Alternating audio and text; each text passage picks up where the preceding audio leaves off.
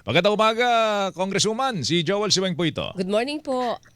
Hi, good morning Sir Joel and Ma'am Weng at sa lahat po ng tagapakinig. Magandang umaga po sa lahat. Congresswoman, paano niyo po tinatanggap ang inyo pong pagkakapili bilang member po ng prosecution panel na siyang lilitis po sa kaso naman ni Vice Presidente Duterte sa Senado, ma'am, bilang impeachment trial? Sir, like I always say, ginagawa po natin to para sa bayan and I accept it wholeheartedly and we will do our best po. Nag-aaral na po nga tayo para sa trial for the next steps. Meron pong sa paghahanda po ng prosecution team, alam ko kapapangalan pa lang sa kanilang lahat, Joel. Pero sa paghahanda po ninyo, ano ba yung magiging diskarte? Parang ikaw ang hahawak sa articles of Meron na impeachment bang para sa ganong ganon. May hati-hati na ba paghahati-hati, ma'am? ng tungkulin? Yes, that's correct. May suggested na assignments. Yun pa lang po. Yung suggested assignments ay base sa assignments namin last year. Of course, meron tayong mga nadagdag na miyembro, may mga napalitan. Kaya fluid pa po yung assignments. And bawat isa sa amin will handle at least 2 of the articles of impeachment. Ikaw, ma'am, anong hahawakan mo doon sa articles of impeachment? Wala pang final po, but I believe I will be part of grave threats dahil po yun yung pinag-aralan na din po natin last year. Grave threats po Grave yun sa threats. inyo, no? Okay. Ma'am, Apo. meron, tingin nyo ba, kasi marami ring nagulat doon sa mga ebidensyang lumabas doon sa House Justice Committee sa inyong pagdedetermine ng probable cause. Ano, Yes. marami Apo. na nagulat po doon sa mga ebidensya laban po sa ating Vice Presidente, lalo na po doon sa mga data na inilabas po ng Anti-Money Laundering Council. Council. Meron pa Apo. ba tayong inaasahan mga bagong ebidensyang lalabas kapag ka ito po'y pumatik na sa Senado at maging full-blown trial na po ito, ma'am? That's correct po. Of course, nung sa Committee on Justice, kumbaga parang patikim pa lang po yun based on the complaints. Kung ano pong nakalagay sa complaint, yun po ang nilabas na ebidensya. And of course, gaya ng sinasabi po ni Chairwoman Jinky Luistro, relevant and related evidence ay pwede din pong ilabas doon po sa ating Committee on Justice hearings. Ngayon po sa trial, syempre mas mabusisi na po, we will have testimonial evidence, meaning may mga witness po tayo magsasalita, and they can bring other documents po. Of course, which are all related and relevant doon po sa kaso. Doon may listahan na po kayo ng mga witnesses? Yes, based on our meetings last year, yung mga interviews namin na ginawa po last year, tandaan nyo ho, maski na hindi natuloy yung proceedings last year, simula po nung tayo ay na-elect, naghanda na naman din po kami, maski hindi kumaga na po nata po nung doon sa Senate. Opo. So ito po, we are beefing up our evidence, the documents that we have. Mag-i-interview po tayo ng mga witnesses and we will prepare as much as we can.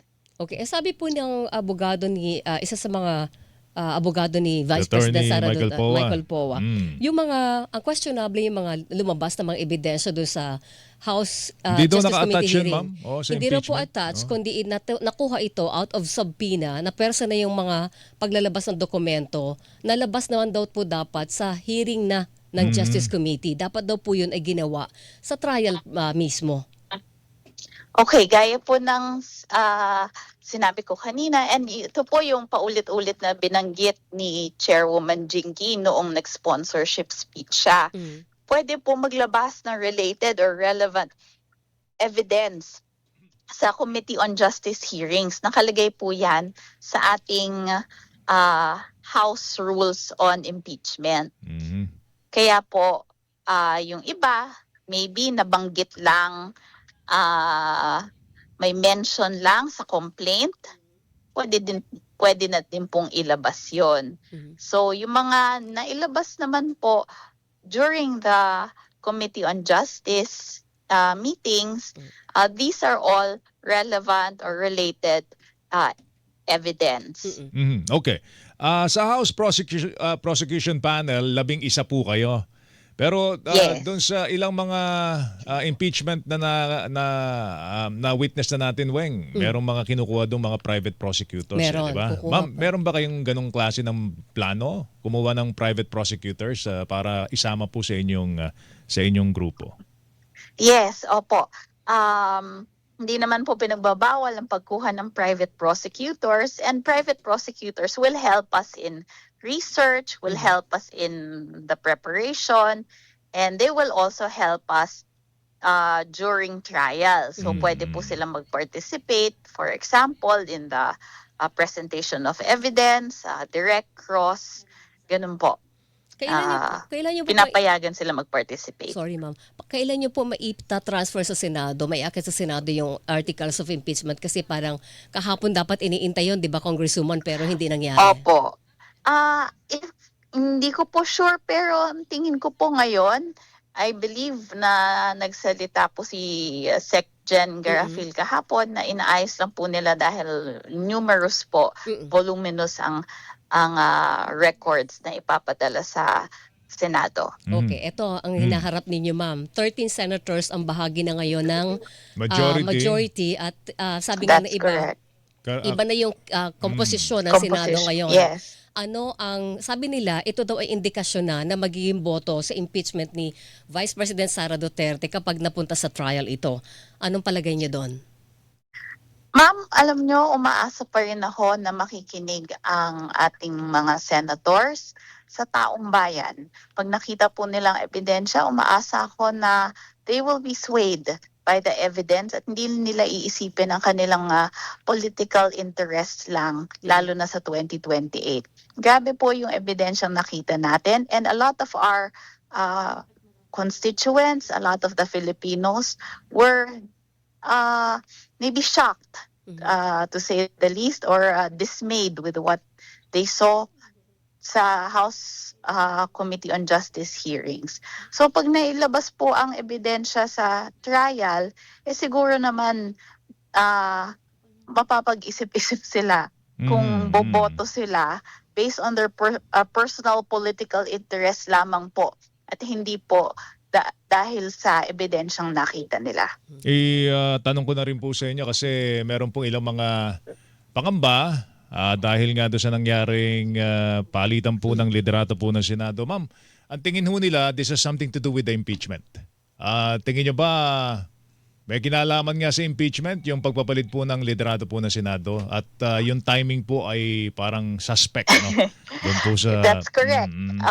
Lahat po kami syempre inisip yun na it's connected with the impeachment, lalong-lalo na yung mga personalities involved, di ba po? Okay. And the timing, correct? The timing is very suspect. Sakto naman kung kailan kami nagsa-sponsorship speech, dun sila gumagalaw doon. At biglang pumasok pa nga po si Bato de la Rosa, di ba po?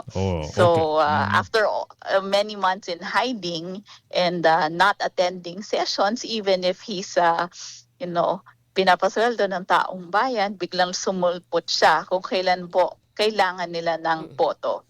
Alright. Ma'am, Ma'am, thank salamat. you. Mag-ingat Good kayo. morning. Good luck ha. Thank you, ma'am. Salamat Thank you po. very much. We need your prayers po. Thank you. Maraming Good morning salamat to po. you, San Juan City Representative Isabel Maria Zamora, mga kapuso.